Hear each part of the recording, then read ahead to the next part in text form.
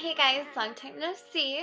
Okay, so it's been a while since I've done a review of my favorite products. It is the middle of July, it's super hot. The products that I'm using, they're a little bit more tailored for summer just because of the heat and humidity, of course, and then also the fact that I'm just parched right now. So anyway, let's get started. Okay, first of all, this is a product that I use and I have been using for a very long time. I truly cannot say enough about this. This is MAC Strobe Cream and is absolutely my favorite. It doesn't make me break out. It leaves a very pretty pearly sheen. I've talked about this before in other videos, so I don't even know why I'm telling you, but literally this product is one of my favorite beauty products ever. With the heat, with all the sun exposure that you get to, you want to make sure your skin's really well moisturized, and this does the job. And then obviously it leaves kind of the pearlescent sheen. I put it underneath my foundation. I use it just as a regular moisturizer, but it leaves like that sheen, so it kind of gives you a glowy, dewy effect, which is nice without having to add extra highlighters and products like that, because I know for myself in the summer I really don't want to be wearing a ton of makeup. It's too hot for that, and who has the time? It's different of course when you go out at night, but during the day for a daytime look you just want to like look glowy and natural, so at least I do. My friend introduced me to this and I am in love with it. It's Urban Decay's De-Slick, and this is the oil controlled makeup setting spray. And again, I don't have oily skin, but because of the humidity and the heat, I feel like my makeup sort of tends to melt a bit, and I hate that. If I put makeup on, I want it to stay for a good at least 6 hours, if not longer. I put on my moisturizer and then I spray this Urban Decay spray, and then I apply my foundation, and then after I do all my makeup, then afterwards I'll go over and use this as a setting spray. The thing with this is it is oil control, but it is a setting spray, so I feel like when you spray this, it kind of makes your makeup just sort of look more natural and sort of sinks into your skin and just kind of sort of melds into your skin, and I really like that about that. And of course that helps make your makeup last, which is great when you're dealing with humidity and all of that fun stuff.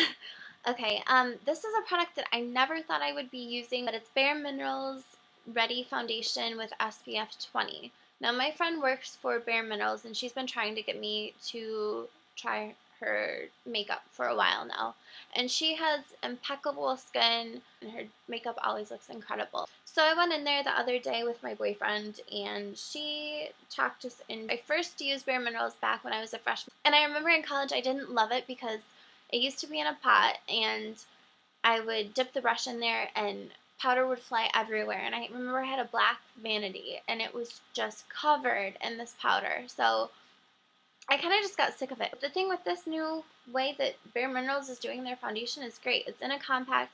I would never expect that I would even like a powder foundation, but because it is so warm and I just want it to feel like nice and natural, this really does the job. I will warn you, when you use this, use a very light hand. You don't want to go overboard, otherwise you will look kind of cakey and sort of powdery, and it just looks kind of like old ladyish, I guess. So be very light on your hand with this. Definitely very happy with this. Plus it has SPF 20 in it, which is great. Apparently I need all the sunscreen that I can get right now. This is actually another Bare Minerals product that came in the starter kit, and this is a product that I do remember loving when I was younger. This is their Warmth, and this is basically what you would use in replacement of a bronzer or a contouring powder. And I do have to say, when you look at it, it is very intimidating. It is like a terracotta brown. You do have to have a light hand with it, but this is not as scary as you would think. It doesn't go on so pigmented, I guess. It's sort of like a wash of color, so it's buildable. I love it. I think it's very natural, but yet it still perks up your skin. Still using a blush on top of that, just because I do want a little bit of a rosiness. And the one that I've been reaching for lately is a limited edition MAC blush, unfortunately, so you can't get it easily, but this is Hypnus. This is from, I think it was their Sun and Sand collection from like 2 years ago. It's just a very pretty pink coral color that kind of just gives you that little pop of color. I really like it for summer, especially since I'm a little bit darker now. Next, I want to review this beautiful, beautiful Chanel lip gloss. This is Glossimer in number 437. And the color looks really intense. It almost looks like a Barbie pink, but you put it on your lips and it's just a very sheer, natural, rosy color that I just love. It's Chanel. What girl doesn't love pulling a little Chanel piece out of their bag? Yeah, I'm a total girl. I love, love, love, love this Chanel eyeliner. It's their liquid liner that they just came out with this past winter. It's perfect for just a cat eye, very Sophia Loren. I just love like kind of like the retro look, and I just feel like it kind of opens up your eyes. I love very defined eyes, but at the same time I feel like there's kind of a fine line between looking a little bit like a raccoon and then having just really dramatic eyes. When you're lining your eyes all the way around, it starts to kind of close them in a bit, and that's definitely not something you want to go for. At least I don't want to. I like having pretty big, well-spaced eyes, I guess. If that makes any sense. That's why I've been using Urban Decay's 24/7 eye pencil. This is called Underground. It is a very light eye pencil that I just use literally right along the lash line. It's just enough to define your lashes and sort of give you that definition, but doesn't close your eyes in. So I definitely recommend that one. I feel like I love a lot of mascaras. I have very dark, long eyelashes. I used to use Latisse like a couple years ago. I haven't been using it recently, but my lashes have actually grown a lot lately, and I'm not really sure what's going on with that. Maybe it's just like my vitamins or something, but I really don't need a lot of help with mascara because quite honestly, like I already have long lashes, so lengthening mascara really is going to do a lot for me. I already have dark lashes, so really it's just adding a bit of definition and separation to make them more dramatic. That's all I'm really looking for. I had received this as a sample from Sephora. This is also a Bare Minerals product. It's Buxom. And apparently they don't sell it in the Bare Minerals stores. They only sell this at Sephora now. This is their Amplified Lash Mascara in Loud Black. I love it because it has a rubber wand. It's just really defining. It doesn't clump. It makes my eyelashes look longer than they are.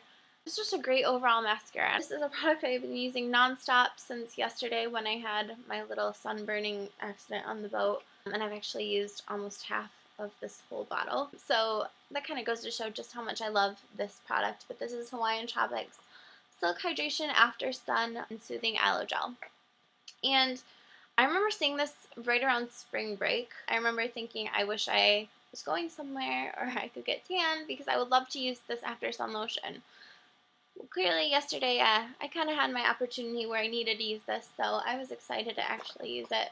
It does have this coconut papaya fragrance, and that's definitely a big part of the draw for this. You know when your skin gets burnt, it just feels so uncomfortable. Not only is it like hot to the touch, but it also just like feels tight. But I do have to say it is great for moisturizing, and I'm very happy with it. I think it was like almost $10 at Rite Aid, and my dad actually went out and got like just plain aloe for like $2.99. So, and apparently that worked for his sunburn as well. This worked for mine. Of course, I went for the more expensive one. Surprise there. But anyway, I hope you enjoyed this review. If you guys have any questions at all, please ask below. Check out my blog at beautywithabow.com, and I will see you soon. Bye. How can I when am I how can I